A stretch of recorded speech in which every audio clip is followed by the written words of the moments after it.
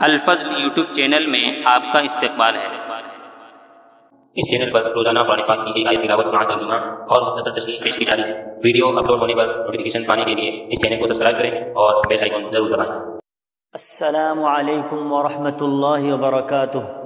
میرے دینی و ایمانی بھائیوں اور بہنوں، سورہ نساء آیت نمبر 82 پیش خدمت ہے۔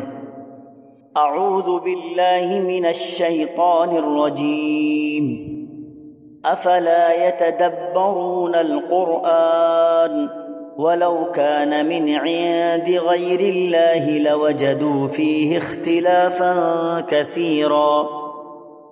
کیا یہ لوگ قرآن میں غور نہیں کرتے؟ اگر یہ اللہ کے سوا کسی اور کی طرف سے ہوتا تو یقیناً اس میں بہت کچھ اختلاف پاتے۔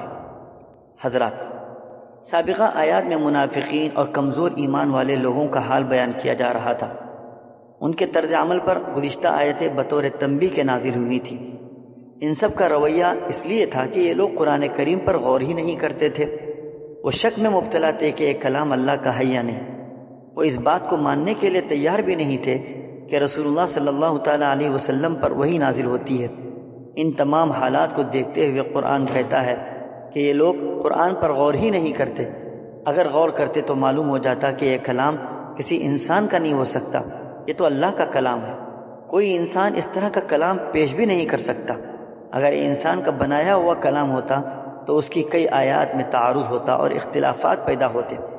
اس کے اندر پچھلی قوموں کے جو واقعات بیان کیے گئے ہیں اس کو سوائے خدائے علام الغیوب کے کوئی نہیں جان سکتا۔ بہرحال خلاصہ یہ ہے کہ یقیناً یہ کلام الہی ہے جو اس نے فرشتے کے ذریعے سے اپنے آخری نبی حضرت محمد مصطفیٰ صلی اللہ تعالیٰ علیہ وسلم پر نازل فرمایا ہے۔ اللہ تعالیٰ ہم سبوں کو قرآن پاک پر غور و تدبر کرنے کی توفیق عطا فرمائے اور اس پر ہمارا ایمان پختہ کرنے کی ہم سب کو توفیق عطا فرمائے۔ آمین۔ وآخر دعوانا ان الحمد للہ رب العالمین۔